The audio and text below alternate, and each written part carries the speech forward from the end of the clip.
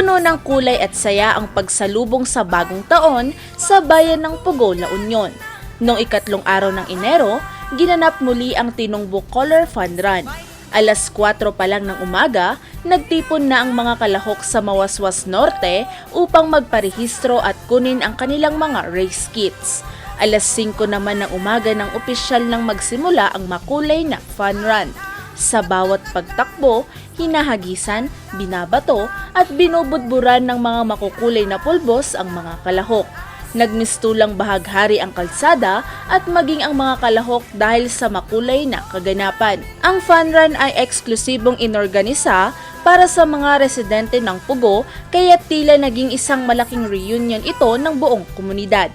Pagkatapos ng fun run, nagkaroon din ng Zumba exercises at libreng pakain sa mga kalahok. Hindi naman maitago ang mga ngiti ng kalahok dahil bakas sa kanilang mga muka ang enjoyment sa naging kaganapan. Ang Tinongbo Color Fun Run ay bahagi ng mas malaking selebrasyon ng Tinongbo Festival na naglalayong ipakita ang yaman ng kultura at tradisyon ng Pugo, La Union.